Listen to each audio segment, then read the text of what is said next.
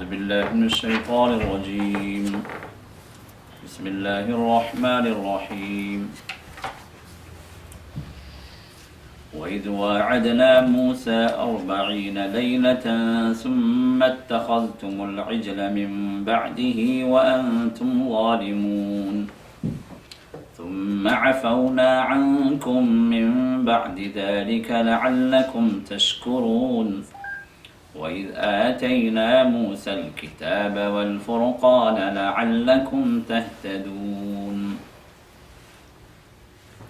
اور اس وقت کا ذکر ہے جب ہم نے موسیٰ سے وعدہ لیا 40 راتوں کا،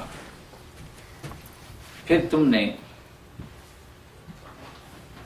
بچھڑے کو اپنا معبود بنا لیا ان کے جانے کے بعد، اور تم ظالم تھے. ثم عفونا عنکم من بعد ذلك، پھر اس کے بعد اللہ تعالیٰ نے تمہیں معاف کر دیا، لعلکم تشکرون، تاکہ تم شکر گزار بنو. وَإِذْ آتَيْنَا مُوسَى الْكِتَابَ وَالْفُرْقَانَ، اور اس وقت ہم نے موسیٰ کو کتاب اور فرقان عطا کیا، لعلکم تہتدون، تاکہ تم ہدایت یافتہ بنو. جیسے کہ آپ لوگوں کے علم میں یہ بات ہے کہ یہ سلسلہ جو چل رہا ہے وہ قرآنی واقعات کی روشنی میں ہمارے لیے عبرتیں، اس عنوان سے ہم نے اس موضوع کو شروع کیا، جس سے ابتدا ہم نے جو کی سورہ بقرہ سے. اور سورہ بقرہ کے اندر پہلے اللہ تعالیٰ نے آدم علیہ السلام کی تخلیق، اور پھر اس کے بعد جو آدم علیہ السلام کو اتارا گیا اس دنیا کے اندر، ان دو واقعات کو پیش کیا گیا. پھر اس کے بعد اللہ تعالیٰ نے بنو اسرائیل کے چند واقعات کو اپنے اس کلام پاک میں پیش کیا اس صورت کے اندر. اور اس کی وجہ میں نے آپ کو اس سے پہلے بتلائی کہ بنو اسرائیل امت مسلمہ کے آنے سے پہلے، یعنی محمد رسول اللہ کی بعثت سے پہلے، یہ وہ قوم تھی جس کو اللہ تعالیٰ نے اس دنیا کے اندر فضیلت عطا کی تھی. بہت ساری نعمتیں اللہ نے انہیں عطا کی تھیں، لیکن ان کی ناشکری کی وجہ سے اور اپنے رسول کی نافرمانی کی وجہ سے اور محمد رسول اللہ صلی اللہ علیہ وسلم کی اطاعت نہ قبول کرنے کی وجہ سے اللہ تعالیٰ نے ان کی عزتوں کو اللہ نے ذلتوں میں تبدیل کیا، اور ان نعمتوں کو اللہ نے ان سے چھین لیا، اور امامت کا منصب اللہ تعالیٰ نے امت مسلمہ کی طرف اللہ نے ڈائیورٹ کر دیا، سونپ دیا. تو اب اللہ نے ان کے ان حالات کو، بعض حالات کو، پورے نہیں، بعض حالات کو اللہ تعالیٰ نے جس کے اندر امت مسلمہ کے لیے عبرتیں ہیں، ان حالات کو اللہ تعالیٰ نے اپنے کلام پاک کے اندر محفوظ کر دیا تاکہ رہتی دنیا تک مسلمان جب اس کلام کو پڑھتے رہیں گے اور سنتے رہیں گے، سمجھتے رہیں گے، تو یہ عبرتیں بھی حاصل کرتے رہیں گے کہ ان نعمتوں کے باوجود بھی اللہ نے اس قوم کو جو ذلیل کیا اس کی وجہ کیا ہے، اور ان کاموں سے اپنے آپ کو بچانے کی کوشش کریں تاکہ ہم بھی ان اللہ کی اس پھٹکار میں، اس لعنت میں داخل نہ ہوں جس کی وجہ سے یہ لوگ داخل ہوئے.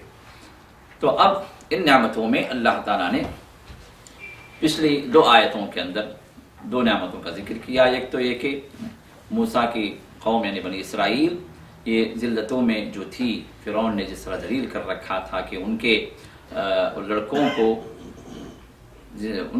کو قتل کر دیتا تھا اور ان کی لڑکیوں کو باقی رکھتا تھا. یہ بہت بڑی ذلت تھی ان کے لیے، اس سے اللہ نے نجات دی. اور دوسری جو ہمیشہ کی جو نجات ان کو ملی فرعون اور آل فرعون کے عذاب سے، وہ فرعون کے غرق آب کرنے سے اللہ تعالیٰ نے ان کی آنکھوں کے سامنے فرعون کو ڈبو دیا اور بنو اسرائیل کو جو بچایا، جو پچھلے درس میں ہم نے ان واقعات کو آپ کے سامنے پیش کیا آیات کی روشنی میں، جس سے ہمیشہ کے لیے عبرت کہ اللہ کے ساتھ جو سرکشی کرے اللہ تعالیٰ اس کو عبرت کا نشان بنا دیتا ہے. اور خاص طور پر فرعون جس نے اپنے آپ کے رب ہونے کا دعویٰ کیا تھا، اپنے آپ کو رب کا وہ کہتا تھا اور لوگوں سے اپنی عبادتیں کرواتا تھا، جس طرح سورہ زخرف کے اندر اللہ نے اس بات کا ذکر کیا ہے. تو ایسے رب کو اللہ تعالیٰ نے اپنی پوری شان و شوکت کے ساتھ اس کو ڈبو دیا، اور رہتی دنیا تک کے لیے اللہ نے اس کے جسم کو اللہ نے عبرت بنا دیا، جس کے بارے میں اللہ نے فرمایا کہ فَالْيَوْمَ نُنَجِّيكَ بِبَدَنِكَ لِتَكُونَ لِمَنْ خَلْفَكَ آیَةً، کہ آج ہم تیرے جسم کو، تیرے بدن کو ہم بچائیں گے تاکہ تو عبرت کا نشان بن جائے تیرے بعد والوں کے لیے۔ اور یہ عبرت کا نشان الحمدللہ آج بھی موجود ہے کیرو میوزیم میں، جو اس کا جسم رامسیس سیکنڈ کے اعتبار سے آج بھی محفوظ ہے۔ یہ عبرت کا نشان ہے، اللہ تعالیٰ کے اس فرمان کے مطابق موجود ہے۔ اب یہ کب تک رہے گا یہ اللہ بہتر جانتا ہے، کیونکہ اللہ تعالیٰ نے قیامت تک کا وعدہ نہیں کیا کہ قیامت تک رہے گا، یہ اللہ نے وعدہ نہیں کیا ہے، لیکن بعد والوں کے لیے عبرت اللہ نے فرمایا کہ ہم بنائیں گے، یہ بعد والوں کے لیے عبرت بن گئی ہے۔ اب یہ کب تک بنی رہے گی یہ اللہ بہتر جانتے ہیں۔ اب اس کے بعد اللہ تعالیٰ نے یہاں پر یہ فرمایا کہ ہم نے موسیٰ کو 40 دن کے لیے بلایا، کوہ طور پر اللہ تعالیٰ نے موسیٰ علیہ السلام کو تورات دینے کے لیے بلایا۔ یہ کب کا واقعہ ہے؟ بحر قلزم کو پار کرنے کے بعد، فرعون غرق ہونے کے بعد جب موسیٰ کی قوم آگے بڑھی تو ان کو جانا تھا کدھر؟ شام کو ان کو جانا تھا، شام سیریا، اور سیریا میں بھی وہ مقام جو اسحاق علیہ السلام کا جو تھا، جن کے بیٹے یعقوب تھے، اور یعقوب کون ہے؟ اسرائیل ہے، اسی سے بنی اسرائیل، یعقوب کا لقب اسرائیل، اور ان کی جو اولاد جو تھی وہ 12، جس میں یوسف علیہ السلام بھی شامل ہیں، اور اسی سے ان کے 12 قبیلے بنے تھے۔ تو ابراہیم علیہ السلام یہ ابو الانبیاء ہیں، جتنے انبیاء ان کے بعد آئے ہیں یہ سب انہی کی نسل سے ہیں، خود محمد رسول اللہ صلی اللہ علیہ وسلم۔ ابراہیم علیہ السلام کے 2 بیٹے، ایک تھے اسحاق، دوسرے تھے اسماعیل۔ اب اسماعیل علیہ السلام کی ذریت میں کون آئے؟ محمد رسول اللہ صلی اللہ علیہ وسلم، یہ اکیلے نبی۔ اور اسحاق علیہ السلام کی ذریت میں باقی تمام انبیاء کا سلسلہ چلا۔ ابراہیم علیہ السلام کے بعد جتنے بھی انبیاء ہیں سب اسحاق علیہ السلام کی اولاد میں سے اللہ نے ان کو بعثت عطا کی۔ اب اسحاق علیہ السلام کے بیٹے تھے یعقوب علیہ السلام۔ اب اسحاق علیہ السلام اپنے والد ابراہیم علیہ السلام کے ساتھ مل کر بیت المقدس کی انہوں نے تعمیر کی۔ ذرا بخاری کے اندر یہ بات آتی ہے کہ رسول اللہ صلی اللہ علیہ وسلم سے پوچھا گیا کہ یا رسول اللہ صلی اللہ علیہ وسلم پہلا گھر کون سا ہے؟ اللہ کا پہلا گھر کون سا ہے؟ آپ نے فرمایا کعبۃ اللہ، بیت اللہ، جس کو بیت اللہ کا مطلب عمومی طور بیت اللہ کو جب کہا جاتا ہے تو سے مراد کیا ہے؟ کعبۃ اللہ، مکہ مکرمہ۔ اور اس کے بعد دوسرا گھر کون سا ہے؟ تو آپ نے فرمایا کہ بیت المقدس۔ دونوں کے درمیان میں کتنا فاصلہ، کتنا عرصہ گزرا ہے، کتنے عرصے کے بعد بنائے گئے، یعنی دونوں کے درمیان میں ڈیوریشن کیا رہا؟ تو آپ نے فرمایا کہ 40 سال۔ اب اس سے معلوم یہ ہوا کہ ابراہیم علیہ السلام اللہ کے حکم سے آپ نے پہلے گھر کی تعمیر کی، بلکہ تعمیر نہیں تھا بلکہ رینویشن تھا۔ پہلا گھر جب تعمیر ہوا وہ آدم علیہ السلام کے ذریعے سے، ان اول بیت وضع للناس الذی ببکۃ مبارکہ، اللہ تعالیٰ نے سورہ آل عمران فرمایا کہ پہلا گھر جو رکھا گیا اللہ کا جو عبادت کے لیے وہ مکے کا گھر ہے۔ تو یہ آدم علیہ السلام کے ذریعے سے اللہ تعالیٰ نے اس دنیا کے اندر پہلا یہ اپنا گھر اللہ نے قائم کیا۔ تو پھر اس کے بعد پھر جو رینیو جو ہوا وہ نوح علیہ السلام کے دور کے اندر جو سیلاب آیا، کہا جاتا ہے کہ اس وقت جو سب چیزیں مٹ گئیں، سب نشانیاں مٹ گئیں۔ پھر ابراہیم علیہ السلام کے دور میں اللہ تعالیٰ نے اپنے ان کے بیٹے اسماعیل علیہ السلام کے ذریعے اس گھر کی تعمیر ہوئی۔ اس گھر کی تعمیر جو ہوئی وہ اسماعیل علیہ السلام کی مدد کے ساتھ ان کے ذریعے سے پھر اسماعیل علیہ السلام کو ابراہیم علیہ السلام نے وہیں چھوڑ دیا مکے میں، اور وہیں پر وہ آباد ہو گئے۔ پھر اپنے دوسرے بیٹے جو اسحاق علیہ السلام ہیں ان کے ساتھ بیت المقدس انہوں نے تعمیر کی۔ یہ دونوں کے تعمیر کرنے والے کون ہیں؟ ابراہیم علیہ السلام ہی، چاہے وہ بیت المقدس ہو چاہے وہ کعبۃ اللہ ہو۔ تو اب یہ دونوں جو گھر ہیں اپنی جگہ یہ مقدس ہیں، لیکن دونوں کی جو فضیلتیں جو ہیں وہ مختلف ہیں۔ فضیلت کے اعتبار سے سب سے افضل گھر کعبۃ اللہ، جس میں رسول اللہ صلی اللہ علیہ وسلم نے ارشاد فرمایا کہ ایک نماز کا ثواب دوسری جگہوں پر 1,00,000 نماز کا جو ثواب ہے وہ ثواب اللہ تعالیٰ یہاں پر عطا فرماتے ہیں ایک نماز کا۔ اور اس کے بعد کا جو درجہ ہے وہ محمد رسول اللہ صلی اللہ علیہ وسلم نے اپنی مسجد کو اپنے عطا فرمائی، وہ مسجدی ہادا، یہ میری مسجد ہے۔ اس مسجد میں ایک نماز کا ثواب بعض روایتوں کے اعتبار سے 50,000 ہیں، جو ضعیف روایتیں ہیں، سند کے لحاظ سے محدثین نے اس کو ضعیف کہا، لیکن صحیح جو روایات ہیں ان روایات کی روشنی میں ایک نماز کا ثواب 1,000 نماز کا ثواب ہے۔ اور تیسری جو مقدس جو مسجد ہے جس کے اندر ثواب کی زیادتی ہے وہ ہے بیت المقدس، جس کے اندر ایک نماز کا ثواب 500 نمازوں کا ثواب ہے، 500 نمازوں کا ثواب ہے۔ اللہ تعالیٰ نے 2 مسجدوں میں ہمیں نماز پڑھنے کی توفیق عطا کی ہے، اللہ سے دعا ہے کہ تیسری مسجد میں بھی اللہ ہم سب کو توفیق عطا فرمائے کہ وہاں پر جا کر ہم نماز پڑھ سکیں۔ اللہ تعالیٰ وہ حالات اور سہولتیں اللہ ہم سب کو مہیا فرمائے، آمین رب العالمین۔ تو بیت المقدس کی تعمیر در حقیقت ابراہیم علیہ السلام نے کی 40 سال کے بعد، یعنی کعبۃ اللہ کی تعمیر کے 40 سال کے بعد اپنے دوسرے بیٹے اسحاق علیہ السلام کے ساتھ۔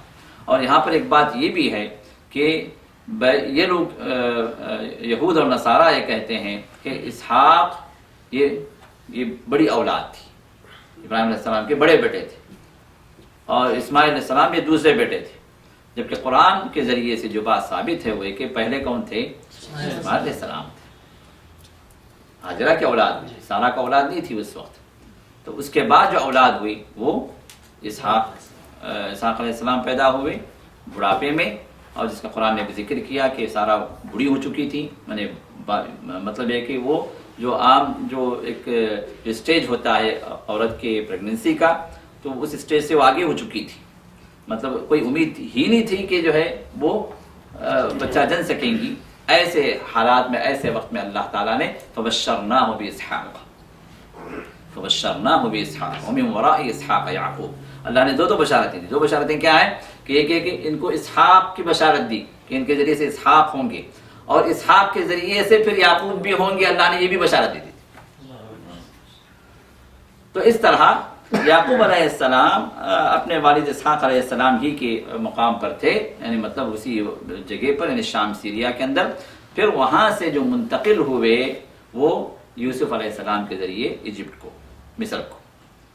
اب یوسف علیہ السلام کا قصہ تو معلوم ہے کہ جو ہے عمومی طور پر کیسے جو ہے وہ مصر پہنچے تھے غلام بن کر، پھر وہاں جو اللہ تعالیٰ نے انہیں بادشاہت عطا کی، وہاں پر اللہ نے انہیں حکومت عطا کی، تو اپنے ماں باپ کو وہ وہاں، بلکہ اپنے پورے خاندان کو وہاں لے آئے۔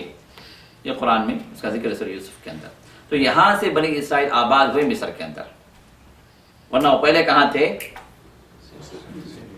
سیریا میں، شام میں تھے پہلے۔ تو اب موسیٰ علیہ السلام ان کو یہاں سے نکال کر لے کر کہاں جانے والے تھے؟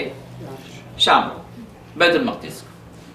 اور بیت المقدس میں تھے اس وقت ایک بڑی طاقتور قوم تھی، ان کی حکومت تھی وہاں پر، وہ تھے عمالقہ، ان کو کہتے ہیں عمالقہ، یہ اس قوم کا نام، لیکن یہ بڑے جنگجو قوم تھی اور جو ہے بڑا روب داب تھا اس قوم کا۔ اب موسیٰ علیہ السلام اس قوم کو لے کر نکلے، یعنی مطلب یہ جو آیات ابھی جو آپ کے سامنے میں نے تلاوت کی ہیں، جس میں اللہ تعالیٰ نے موسیٰ علیہ السلام کو توریت دینے کے لیے کوہ طور پر بلایا تھا، اس واقعے سے پہلے کا واقعہ ابھی یہاں پر موجود نہیں ہے، اس کو اللہ تعالیٰ نے ذکر کیا ہے سورہ مائدہ کے اندر، کیونکہ ابھی یہ وہ مرحلہ ابھی نہیں آیا کہ ان کو کتاب دی جائے، ان کو پہلے جو ان کو شام لے کر ان کو جانا تھا، مطلب ان کے آبائی وطن کی طرف ان کو منتقل کرنا تھا۔ اب آبائی وطن میں دوسرے لوگ موجود ہیں، وہاں پر دوسروں کی حکومت ہے، اب وہاں پر کیسے جائیں، کہ وہاں پر حالات کیا ہیں، اس کا اللہ تعالیٰ ذکر فرماتے ہیں سورہ مائدہ آیت نمبر 20 سے لے کر 26 تک، جس میں اللہ فرماتے ہیں وَإِذْ قَالَ مُوسَىٰ لِقَوْمِهِ يَا قَوْمِ اذْكُرُوا نِعْمَةَ اللَّهِ عَلَيْكُمْ۔ یہ اس وقت کی بات ہے جب موسیٰ نے اپنے قوم سے کہا کہ میری قوم اللہ کی نعمتوں کو یاد کرو، اِذْ جَعَلَ فِيكُمْ أَنْبِيَاءَ، کہ اللہ نے تم میں انبیاء بھی پیدا کی، وَجَعَلَكُمْ مُلُوكًا، اور تمہیں اللہ تعالیٰ سلطنتیں بھی اللہ تعالیٰ فرماتے ہیں، تمہارے ذریعے سے اللہ بادشاہتیں بھی اللہ تعالیٰ فرما رہے ہیں، وَآتَاكُمْ مَا لَمْ يُؤْتِ أَحَدًا مِنَ الْعَالَمِينَ، اور تمہیں وہ نعمتیں اللہ نے عطا کی ہیں جو نعمتیں اللہ نے مخلوق میں کسی کو عطا نہیں کی، کہ اللہ تعالیٰ تم پر خصوصی انعام و اکرام کر رہا ہے۔ اب انہی انعام و اکرام کے اندر یہ بات بھی ہے، یا قومی، اے میری قوم، ادخلوا الارض المقدسہ، یہ ارض مقدسہ یعنی بیت المقدس کی سرزمین، اس میں داخل ہو جاؤ، یہ تمہارا آبائی وطن ہے۔ اور صرف داخل ہونے کا حکم نہیں، اللہ نے بشارت بھی دی دی۔ کون سی بشارت؟ التی کتب اللہ لکم، جس کو اللہ نے تمہارے لکھ دیا، یہ تمہاری ہے، یہ تمہاری، یہ تمہاری آبائی سرزمین ہے اور اللہ نے تمہارے لکھا ہے، تم اندر چلو۔ اب یہ اندر چلنے کے تیار نہیں، اس لیے کہ وہاں پر کون ہے؟ پہلے سے حکومت کرنے والے وہ عمالقہ موجود ہیں۔ اب ان سے یہ صرف دعوت یہ نہیں کہ بھائی آئیے دعوت ہے بریانی کی، حلوہ پوری کی، کھا کے جائیے، نہیں، یہ جو ہے جہاد کی دعوت تھی۔ ہاں یہ تمہاری سرزمین ہے، لو، واپس لو ان سے۔ وَلَا تَرْتَدُّوا عَلَىٰ أَدْبَارِكُمْ، اور اپنے پیٹھ پیچھے نہ بھاگو، پیٹھ پیچھے واپس نہ ہو جاؤ، فَتَنْقَلِبُوا خَاسِرِينَ، پھر تم نقصان اٹھانے والے ہو جاؤ گے، تم خسارے میں رہو گے، مطلب وہ زمین تمہارے سے چلی جائے گی۔ اب یہ قوم جو ہے کہاں سے نکلی تھی؟ مصر سے نکلی تھی۔ مصر میں قوم کیا تھی؟ غلام تھی، ایک عرصے دراز تک جو غلامی کی زندگی گزار کے نکلے تھے۔ اب جسم تو آزاد ہو گئے لیکن ذہن وہی غلام کے غلامی، وہی پس ہمتیاں، وہی جو ہے تنگ نظریاں، آگے بڑھنے کی کوئی ہمت نہیں، کوئی طاقت نہیں، کوئی سوچ ہی نہیں۔ جسم آزاد ہونے کے باوجود بھی ذہن و دماغ وہی غلام کے غلامی۔ اب موسیٰ دعوت دے رہے ہیں جہاد کے، آگے بڑھو، اور اللہ کا وعدہ ہے کہ زمین تمہاری، فتح تمہاری ہوگی۔ اللہ کے وعدے پہ یقین نہیں، ہمارے وہی حال ہے نا، اللہ وعدے کر رہے ہیں ہمارے ساتھ، ہم ان وعدوں پہ یقین نہیں، دنیا کے جو کچھ بھی دنیا کے چکر ہے اسی میں گھسے ہوئے۔ اب یہ قوم کا بھی وہی حال تھا کہ اللہ نے وعدہ کیا کہ تمہارے لیے ہے، لیکن اس کو قبول کرنے کے تیار نہیں۔ تو جواب کیا دیا انہوں نے؟ قالوا یا موسیٰ، کہا کہ اے موسیٰ، ان فیہا قوما جبارین، اس میں تو بڑی جو ہے زبردست قوم ہے، یہ چھوٹے موٹے نہیں ہیں، ہاں ان کی شان و شوکت، ان کی حکومت تو جو ہے بڑی زبردست۔ اب ایسے جبار لوگ، ایسے قوت والے، شان و شوکت والوں کے ساتھ ہم کیا مقابلہ کریں گے؟ یہ ہمارے بس کی بات نہیں۔ وَإِنَّا لَن نَدْخُلَهَا، ہم ہرگز داخل نہیں ہوں گے اس میں، حَتَّى يَخْرُجُوا مِنْهَا، جب تک وہ لوگ باہر نہ ہو جائیں۔ ہم کو داخل ہونا ہے، کرنا ہے تو ان کو باہر نکالو، تمہارا کام ہے باہر نکالنا، ہمارا کام نہیں۔ پھر کہا فَإِن يَخْرُجُوا مِنْهَا، ہاں اگر یہ وہاں سے نکل جائیں گے فَإِنَّا دَاخِلُونَ، تو ہم داخل ہوں گے۔ اب ان کی حالت یہ تھی کہ موز دے بھی دیا جائے ان کے ہاتھوں میں تو چھلنے کی طاقت نہیں، موسیٰ سے کریں چھلو بھی اور منہ میں ڈالو بھی، یہ حال۔ تو اب ایسی حالت میں قوم کے ایک دو اشخاص جو اللہ سے ڈرنے والے تھے، انہوں نے قوم کو نصیحت کی۔ قال رجلان من الذین یخافون انعم اللہ علیہما، دو آدمی اٹھے، اب یہ ذکر نہیں ہے کہ وہ دو آدمی کون تھے، ان کے نام کیا تھے، اور نہ ہمیں اس سے کوئی غرض ہے، کیونکہ اللہ نے فرمایا کہ دو آدمی اس قوم میں سے جو اللہ سے ڈرنے والے تھے، جن پر اللہ نے انعام کیا تھا، وہ لوگ اٹھے، انہوں نے کہا کہ ادخلوا علیہم الباب، تم کم از کم دروازے میں داخل ہو جاؤ نا بھائی، اللہ فرمایا کہ تمہاری زمین تمہاری، دروازے میں تو داخل ہو، دروازے سے بہت دور، شہر سے بہت دور، وہیں کھڑے ہو کریں ان کو نکالو باہر، وہ نکلیں گے تو ہم داخل ہوں گے۔ تو انہوں نے کہا کہ اللہ کا وعدہ ہے کہ یہ ہمارے لیے ہے، کم از کم دروازے میں تو ہم داخل ہوں گے۔ فَإِذَا دَخَلْتُمُوهُ فَإِنَّكُمْ غَالِبُونَ، جب تم اس میں داخل ہو جاؤ گے تو غالب تم ہو، فتح تمہاری، اللہ ان پر روک طاری کر دیں گے، اللہ وہ اسباب بنا دیں گے، وہ لوگ چھوڑ کے بھاگیں گے۔ لیکن حرکت ابتدا ہو، تم آگے بڑھو۔ اس کے بعد وَعَلَى اللَّهِ فَتَوَكَّلُوا إِن كُنتُم مُؤْمِنِينَ، اور اللہ پر توکل کرو اگر تم ایمان والے ہو۔ یہاں ہے پوائنٹ کی بات،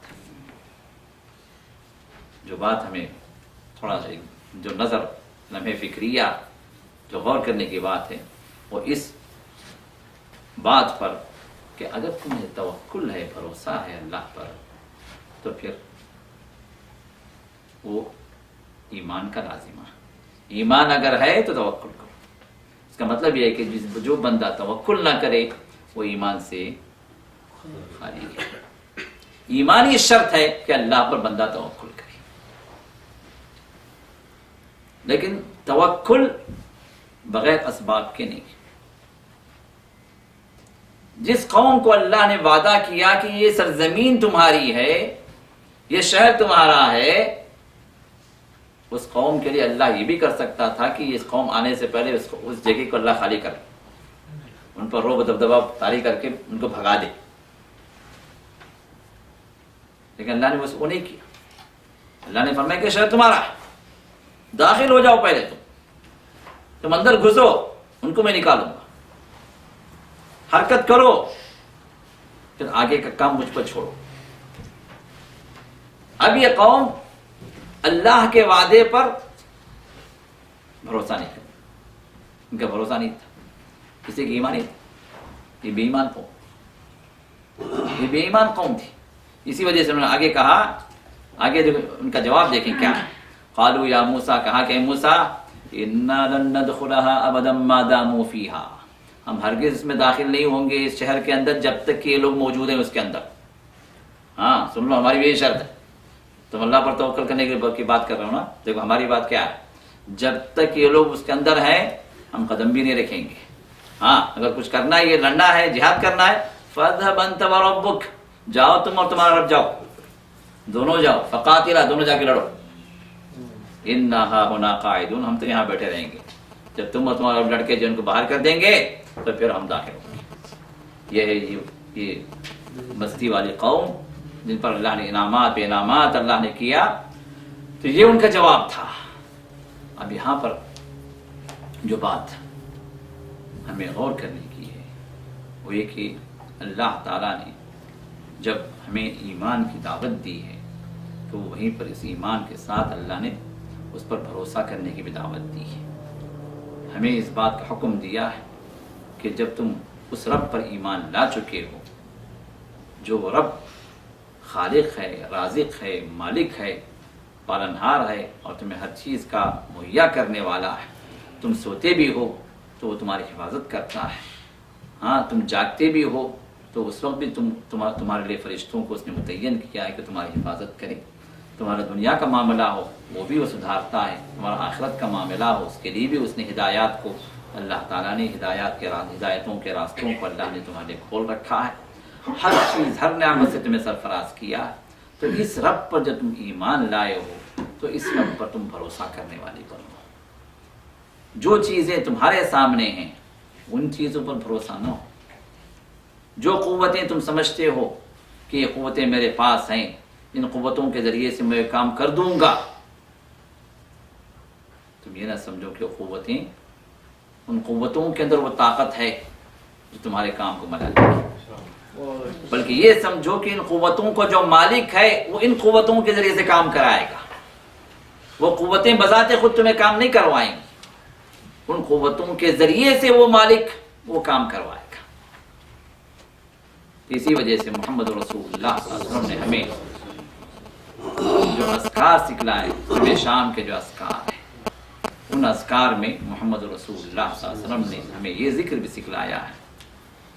سکھلایا ہے کہ جو بندہ صبح سویرے اللہ کا ذکر کرے، جس میں اقرار کرے حسبی اللہ لا الہ الا حسبی اللہ لا الہ الا علیہ توکلت وہو رب العرش العظیم، 7 مرتبہ جو بندہ ان کلمات کو کہے، شام تک کے جتنے کام ہیں اللہ تعالیٰ ان کاموں کا ذمہ دار ہے، اور جو شام کو کہہ لے وہ دوسرے دن کی فجر تک، دوسرے دن کے صبح ہونے تک، یعنی سورج طلوع ہونے تک کے جتنے کام ہیں ان کاموں کا بنانے والا، اس کا کفیل و نگہبان، اس کا ذمہ دار اللہ تعالیٰ۔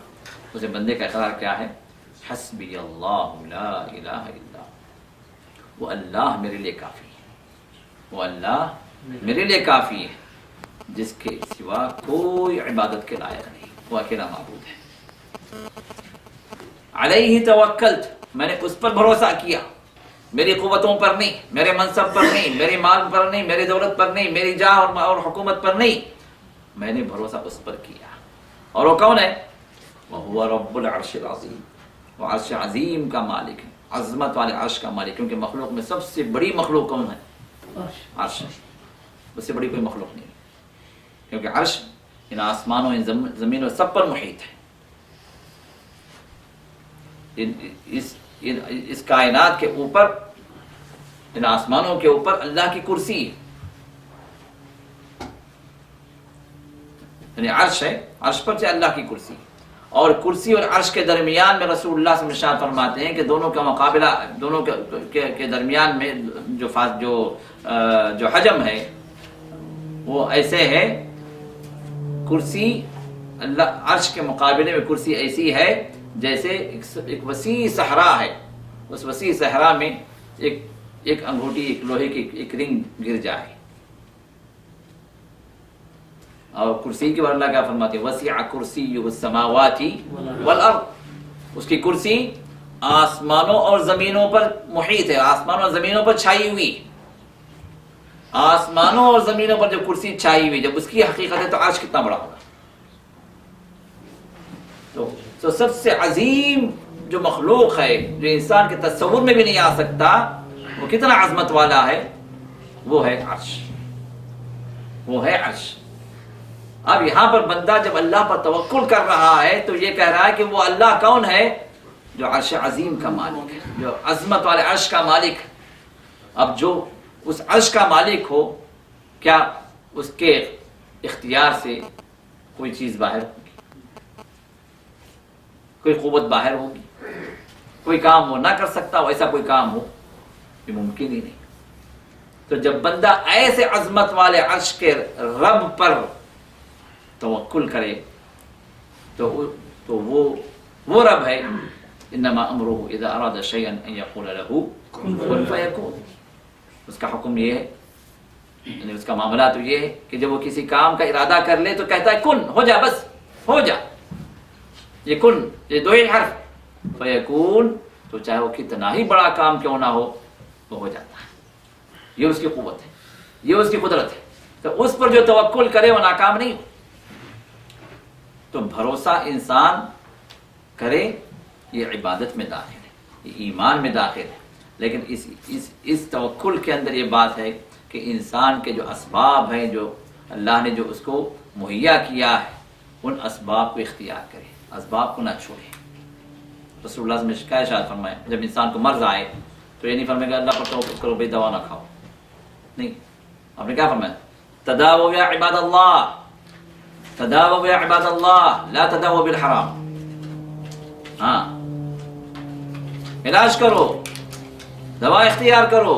اے اللہ کے بندو، اللہ نے دوا مرض پیدا کیا تو اللہ نے دوا بھی پیدا کی۔ کوئی مرض ایسا نہیں جو بغیر دوا کا۔ رسول اللہ صلی اللہ علیہ وسلم ارشاد فرماتے ہیں، آج جو کہتے ہیں لا علاج بیماری ہے، کینسر کا کوئی علاج نہیں ہے، وہ فلاں بیماری کوئی علاج نہیں ہے، ایڈز کا کوئی علاج نہیں ہے، وہ فلاں کا، یہ علاج نہیں ہے، نہیں، یہ انسان کی عقل میں وہ علاج نہیں آیا، انسان کی جو فائنڈنگز میں وہ علاج نہیں ملا اس کو۔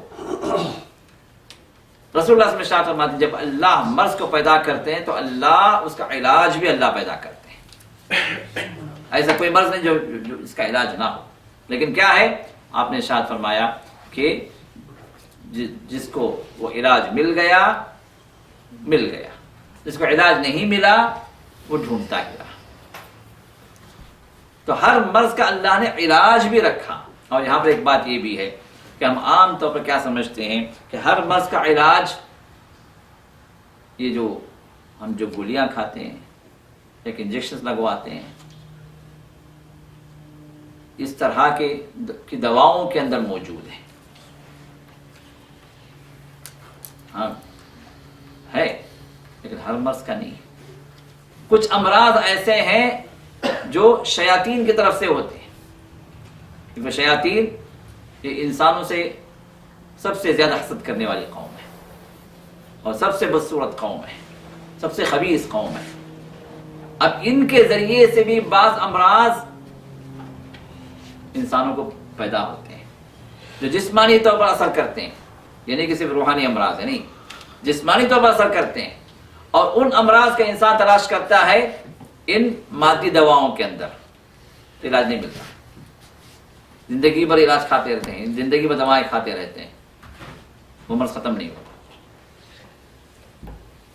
جیسے بعض لوگوں کے بچے نہیں ہوتے، پریگننسی کے لیے دوائیں اوپر دوائیں، ڈاکٹروں پر ڈاکٹر پتہ نہیں کہاں کہاں کیا کیا اسکین ہے، کیا کیا اخراجات، لاکھوں کے اخراجات کر دیتے ہیں، اولاد نہیں ہوتی.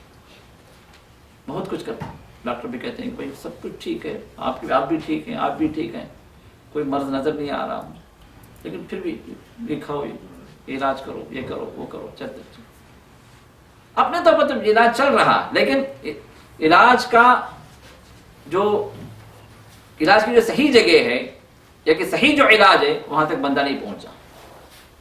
بہت سارے کیسز ایسے بھی آتے ہیں اس معاملے کے اندر کہ وہاں پر حسد یا نظر والا مسئلہ شیاطین کی طرف سے ہوتا ہے، پکڑ ان کی طرف ہوتی ہے، ان سے ہوتی ہے، وہ لوگ وہاں پر روک لگائے رکھے. اب اس کی وجہ کیا ہوتی ہے؟ اس کی وجہ تو سب سے بڑی یہ ہے کہ ان شیاطین کے ذریعے سے جو حفاظت کا جو سلسلہ محمد رسول اللہ ان شیاطین کے خلاف، ان شیاطین سے محفوظ رہنے کا جو علاج رسول اللہ سے بتلایا، وہ ہمارے پاس عام طور پر استعمال میں نہیں. کئی لوگ ہیں نماز پڑھ لیتے ہیں لیکن اذکار نہیں پڑھتے، اذکار کی کوئی اہمیت نہیں ہوتی، نماز پڑھ لی اٹھ گئے چلے گئے.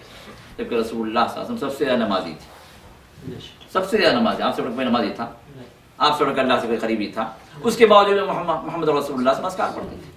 فجر کے بعد کے اذکار، مغرب کے بعد کے اذکار، صبح شام کے اذکار، اور ان اذکار کے اندر وہ سب اوراد ہیں، وہ سب جو دعائیں ہیں جو شیاطین سے محفوظ ہونے کی دعائیں ہیں، شیاطین کے شر سے محفوظ ہونے کی دعائیں. اعوذ باللہ من شر ما خلق، بسم اللہ الذی لا یضر مع اسمہ شیء فی الارض ولا فی السماء وهو السمیع العلیم، حسبی اللہ لا الہ الا اللہ علیہ توکلت رب العرش العظیم، لا الہ الا اللہ وحدہ لا شریک له، له الملک وله الحمد وهو على كل شيء قدیر. 100 مرتبہ یا 10 مرتبہ، کم از کم 1 مرتبہ. یہ 3 اسٹیجز ہیں، وہ ہر ایک کی الگ الگ فضیلت ہے. تو اس طرح رسول اللہ صلی اللہ علیہ وسلم اذکار سکھلائے تاکہ ان شیاطین کے شرور سے بندہ محفوظ ہو جائے. اب ان کے حسد سے، ان کے نظر سے، ان کے مس سے، ان کے سحر سے جتنی تکلیفیں انسان کو ہو سکتی ہیں، جس کا علاج ان مادی دواؤں کے اندر نہیں. جو علاج بندہ جو کھاتا، جو دوائیں اس کے اندر نہیں، اس کا علاج اللہ کے ذکر میں، اس کا علاج رسول اللہ کے اوراد میں، اس کا علاج محمد رسول اللہ صلی اللہ علیہ وسلم جو اذکار سکھلائے اس کے اندر موجود ہے، قرآن کی صورتوں کے اندر موجود ہے. اب یہاں سے بندہ غافل ہے کہ قرآن کیا شفا ہے، قرآن شفا ہے. شفا آپ کے روحانی شفا ہے، آپ کی ایمانی شفا ہے، اور آپ کی جسمانی شفا بھی ہے، جسمانی شفا بھی. تو توکل کے اندر اسباب کو اختیار کرنا، اور اسباب مادی بھی ہیں اور یہ ایمانی اور قرآنی بھی ہیں، اور ہم جو ہے ایک طرف نکل جاتے ہیں، دوسری طرف سے غافل ہو جاتے ہیں. اس وجہ سے بہت سارے معاملات میں ہم صحیح علاج تک نہیں پہنچ پاتے، یا کہ ہمارا ذہن وہاں تک نہیں جاتا ہے، شیطان ادھر لے کے نہیں جاتا ہے کہ روک لگا دیتا ہے ادھر سوچو مت. یا اگر جاتے بھی ہیں تو پھر جو ہے وہ 2 نمبری والے ان کے پاس جاتے ہیں تعویذ گھنٹوں میں، یا کہ جو ہے شرکیہ علاج کرنے والے جو لوگ ہیں، جو مشائخ جو لوگ ہیں ہمارے ملکوں میں بھرے پڑے ہیں، ایسے لوگوں کے ذریعے سے اپنا علاج کرواتے ہیں، جس سے اپنا ایمان بھی ختم ہو جاتا ہے اور صحیح علاج تک وہ پہنچ بھی نہیں پاتے. اگر وقتی علاج اگر ہوتا بھی ہے، کوئی فائدہ ہوتا ہے، چند دن کے لیے فائدہ ہوتا ہے، پھر وہ چیز، پھر وہ مرض پھر واپس آ جاتا ہے. کیونکہ وہاں پر مقصود کیا ہوتا ہے؟ اس بندے کو شرک میں لے آنا، شرک میں ڈالنا، اور جب وہ مقصد پورا ہو جاتا ہے تو پھر واپس آ جاتا ہے. تو اس طرح تو ضرورت اس بات کی ہے کہ اس آیت پر ہم غور کریں، جس میں اللہ فرماتے ہیں اگر تم اللہ پر توکل کرنے والے اگر اپنے آپ کو سمجھتے ہو تو یہ ایمان کا لازم ہے. اگر تم ایمان والے ہو تو اللہ پر توکل کرو، لیکن اللہ پر توکل اسباب کے ساتھ ہے. اسباب پر توکل نہ ہو، اسباب کو اختیار کیا جائے، لیکن توکل اور بھروسہ اس رب الاسباب پر ہو جس نے ان اسباب کو پیدا کیا. اور محمد رسول اللہ کی پوری زندگی، ساری زندگی آپ کی اسی کا نمونہ ہے. جنگ بدر میں محمد رسول اللہ سے نکلے، اللہ نے فرمایا کہ ہم نے فرشتوں کو نازل کیا، ہم نے فرشتوں کو نازل کیا. کیا اگر اللہ چاہتا تو محمد رسول اللہ کو مدینہ منورہ کے اندر بٹھا کے فرشتوں کو نہیں بھیج سکتا تھا ان کفار کے ساتھ لڑنے کے لیے، ان پر روک تاری کر کے بھگانے کے لیے؟ ہاں، بے سر و سامانی کے عالم میں رسول اللہ صلی اللہ علیہ وسلم اور اس کے اصحاب کو اللہ نے نکالا مدینے سے. جو اسباب تھے انہوں نے اختیار کیے، ان اسباب کو اختیار کرنے کے بعد محمد رسول اللہ صلی اللہ کے حضور اپنے گڑگڑانا شروع کیا، اپنے ہاتھ پھیلا دیے، کہا کہ اے اللہ ان تہلک هذه العصابہ فلن تعبد، اے اللہ اگر یہ مٹھی و جماعت کو اگر آج تو ہلاک کر دے، اگر یہ ختم ہو جائیں تو اس کے بعد زمین پر تیری عبادت کون کرے گا؟ تیری عبادت کرنے والے، کلمہ لا الہ الا اللہ کا یہ ورد کرنے والے، تیری توحید کو بلند کرنے والے کون ہے؟ اس پوری کائنات کے اندر کوئی تجھ پر ایمان لانے والا نہیں ہے۔ یہ مٹھی و جماعت جو اہل توحید ہے، جو تیری عبادت کرنے والے، اگر یہ ہلاک ہو جائیں تو پھر کون بچے گا؟ تیری عبادت کون کرے گا؟ اے اللہ ان کو بچا دے۔ تو محمد رسول اللہ صلی اللہ علیہ وسلم پر گڑ گڑا رہے ہیں، بار بار کندھے سے چادر ڈھلک رہی ہے، ابوبکر صدیق ساتھ کھڑے ہوئے ہیں، بار بار چادر کو رسول اللہ کے برابر کر رہے ہیں کہ یا اے اللہ کے رسول صلی اللہ علیہ وسلم، اللہ نے، آپ اللہ کے نبی ہیں، آپ اللہ کے رسول ہیں، اللہ تعالیٰ آپ کو ضائع نہیں فرمائیں گے، اللہ تعالیٰ آپ کے ساتھ جو بشارتیں دی ہیں ان بشارتوں کو اللہ تعالیٰ پورا کریں گے۔ رسول اللہ صلی اللہ علیہ وسلم بار بار جو فرما رہے ہیں، پھر اس کے بعد رسول اللہ صلی اللہ علیہ وسلم کو آنکھ مل جاتی ہے تھوڑی دیر کے لیے، اللہ کی وحی نازل ہوتی ہے، پھر آنکھ جب کھلتی ہے تو محمد رسول اللہ کا چہرہ کھلکھلا ہوتا ہے، آپ بشارت آپ کے چہرے سے ظاہر ہے، آپ مسکراتے ہیں، وہاں سے نکلتے ہیں، اور پھر اور جو ہے سورہ قمر کی وہ آیت جس میں اللہ تعالیٰ نے فرمایا سیہزم الجمع ویولون الدبر، سیہزم الجمع ویولون الدبر، رسول اللہ صلی اللہ علیہ وسلم اس آیت کو پڑھتے ہوئے وہاں سے جو ہے بدر کے میدان میں تشریف لاتے ہیں کہ یہ قوم اس کو اللہ تعالیٰ شکست دیں گے، اس کو اللہ تعالیٰ شکست دیں گے، سیہزم الجمع ویولون الدبر، اور یہ لوگ جب پیٹ پھیر کر بھاگیں گے۔ اس آیت کو پڑھا، ابھی آمنا سامنا نہیں ہوا، ابھی جنگ نہیں شروع ہوئی، اللہ نے بشارت نازل کر دی۔ پھر آپ نے فرمایا کہ دیکھو ابو جہل یہاں قتل ہوگا، امیہ یہاں ہوگا، اور جو ہے عتبہ یہاں ہوگا، شیبہ یہاں ہوگا، پوائنٹ ٹو پوائنٹ رسول اللہ صلی اللہ علیہ وسلم جگہ بھی بتلا دی۔ صحابہ فرماتے ہیں کہ جب ہم جنگ سے فارغ ہوئے تو دیکھا کہ رسول اللہ صلی اللہ علیہ وسلم جس کی لاش کو جہاں اشارہ کیا تو اس کی لاش وہاں پر پڑی ہوئی۔ تو نصرت اللہ کی طرف سے اللہ پر بھروسہ کرنے والوں پر نازل ہوتی ہے، لیکن کب؟ جب انسان اپنے اسباب کو اختیار کرے، اور ان اسباب کو اختیار کرنے کے بعد مسبب الاسباب پر توکل کر لے۔ اسباب کو اختیار کرنا ہمارے ایمان میں داخل ہے، ہمارے توکل میں داخل ہے۔ جو لوگ کہتے ہیں کوئی بات نہیں بھائی، سب اللہ پر چھوڑو، چلو اللہ کر دیکھ لیں گا، بیوی بچے بیمار ہیں اللہ دیکھ لیں گا، ماں باپ پڑے ہوئے ہیں بستر پر ہیں، خدمت کے محتاج ہیں اللہ دیکھ لیں گا، یہ اللہ دیکھ لیں گا توکل نہیں ہے، یہ توکل نہیں ہے۔ اللہ نے آپ کو جو ذمہ داری دی آپ پورا کریں، اللہ نے آپ کو جو اسباب دیے ان اسباب کو آپ اختیار کریں۔ آپ کی بیوی بچوں کی ذمہ داری آپ پر ہے، آپ کے والدین کی ذمہ داری آپ پر ہے۔ باہر والا آپ کے والدین کی خدمت نہیں کرے گا، باہر والا جو ہے پڑوسی آپ کی بیوی بچوں کی خدمت کرنے والے نہیں ہے، یہ آپ کی ذمہ داری۔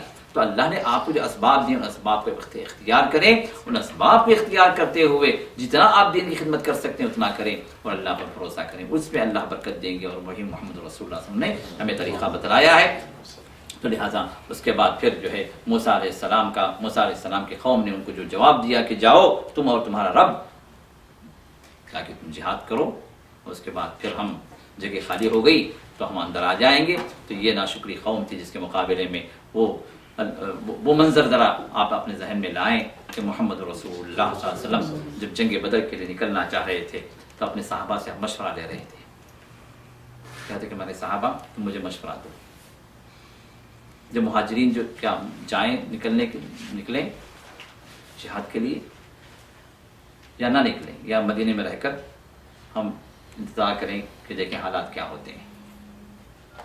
مہاجرین اٹھے اور کہا کہ اے اللہ کے رسول، ہم نے اپنا گھر چھوڑا، اپنے بیوی بچوں کو چھوڑا، ہماری جائیداد کو ہم نے چھوڑ کر ہم اللہ اس کے رسول کی خاطر نکلے، ہماری جانیں آپ کے ساتھ ہیں، آپ جہاں حکم دیں گے ہم چلیں گے۔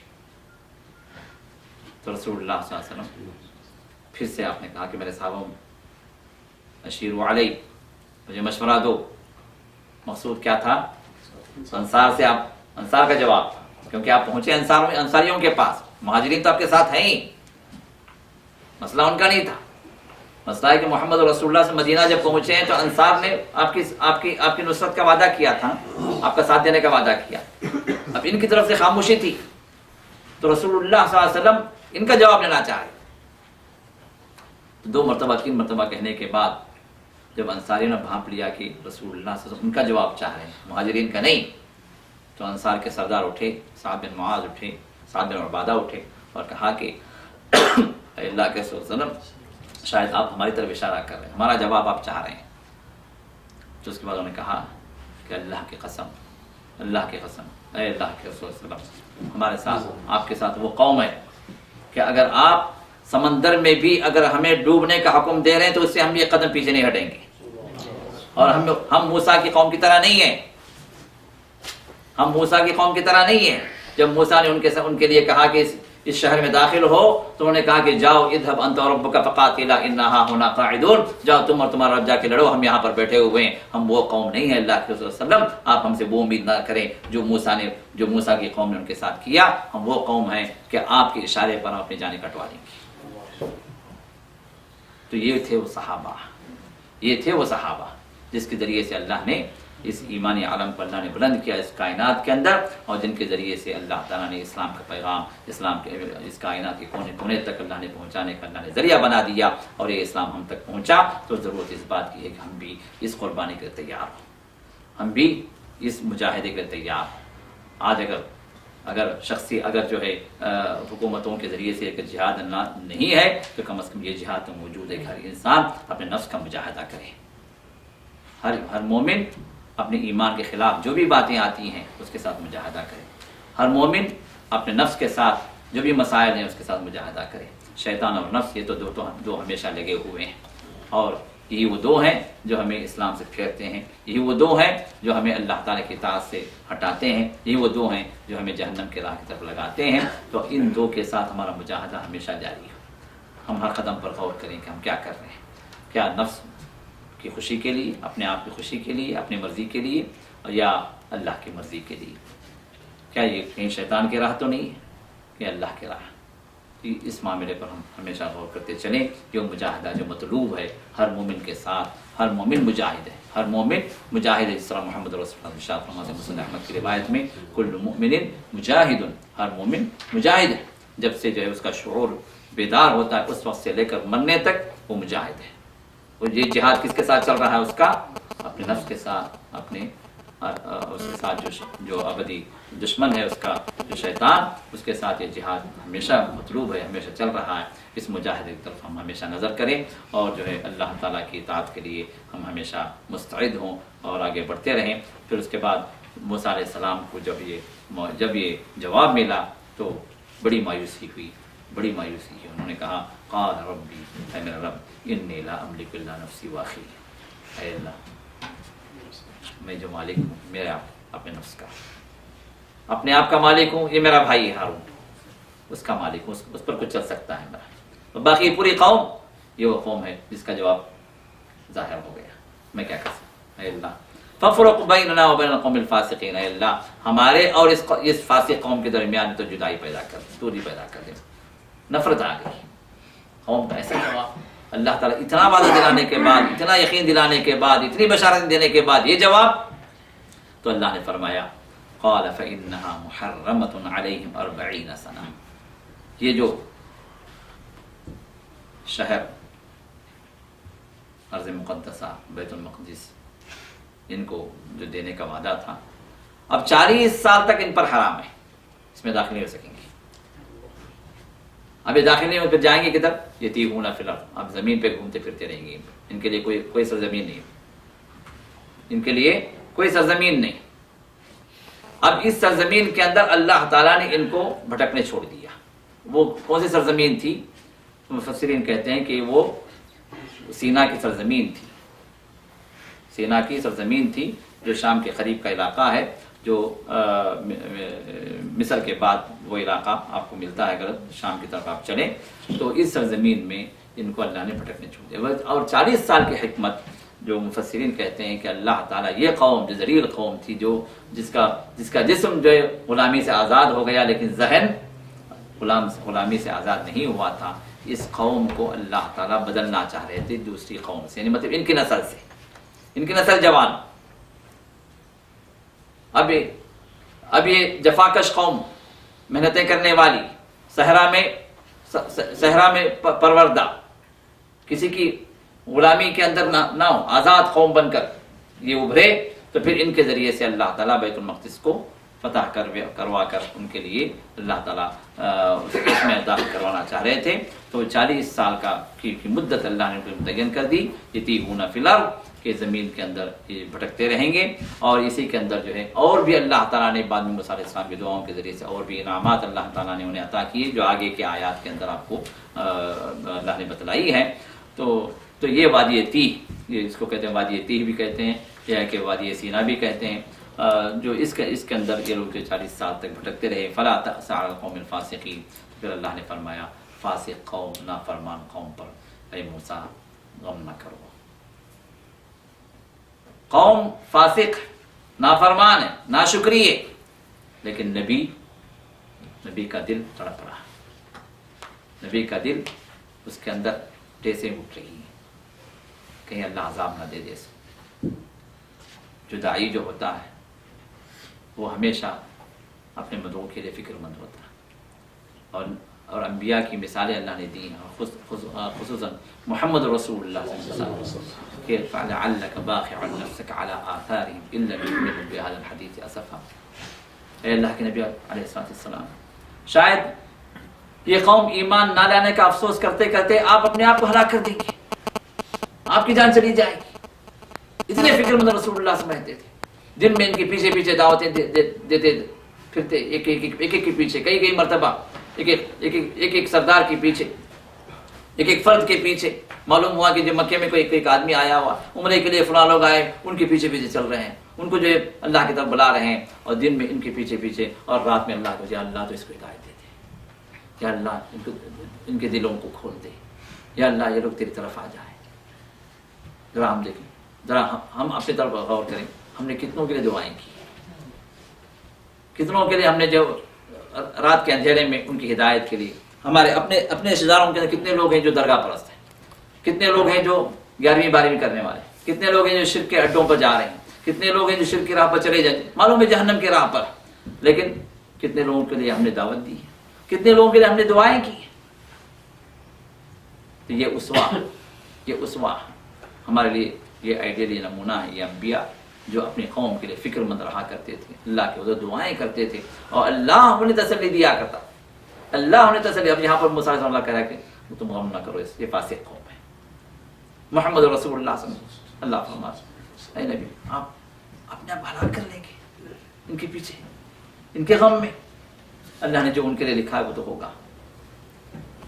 تو میرے دوستوں اور بزرگوں، ہم اپنے جو بھٹکے ہوئے لوگ ہیں، جو ہمارے قریبی رشتہ دار ہیں، جو ہمارے دوست احباب، ان کے پیچھے ہم لگیں تاکہ وہ ہدایت پر آ جائیں، اور یہ ایک بندہ بھی ہدایت پر آ گیا تو سمجھے ہم کامیاب ہو گئے، یہ ایک بندہ بھی ہمارے ذریعے سے راہ حق پر آ گیا تو سمجھے ہم کامیاب ہو گئے، کیونکہ رسول اللہ کا ارشاد فرماتے ہیں لَأَن يَهْدِيَ اللَّهُ بِكَ رَجُلًا وَاحِدًا خَيْرٌ لَكَ مِنْ حُمُرِ النَّعَمِ۔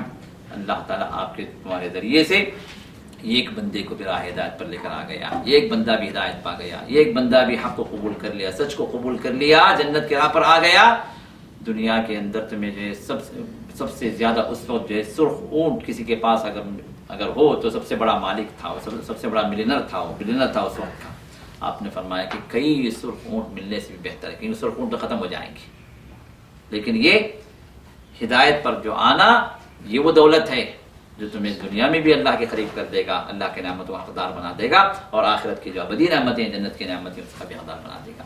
اللہ تعالیٰ ہم سب کو اس پر چلنے کی توفیق عطا فرمائے۔ اللہ تعالیٰ ہمارے ذریعے سے کسی ایک بندے کو کم از کم اللہ تعالیٰ ہدایت پر لے آ جائے، وہ سعادت ہمیں نصیب فرمائے کہ اللہ ہمارے ذریعے سے لوگ حق کو قبول کرنے والے بن جائیں، اور ہم بھی حق کو قبول کر کے اس پر عمل کرنے والے اللہ ہم سب کو بنا دے، اور محمد رسول اللہ صلی اللہ علیہ وسلم کی صحبت میں جنت الفردوس میں اللہ ہم سب کو داخل فرمائے۔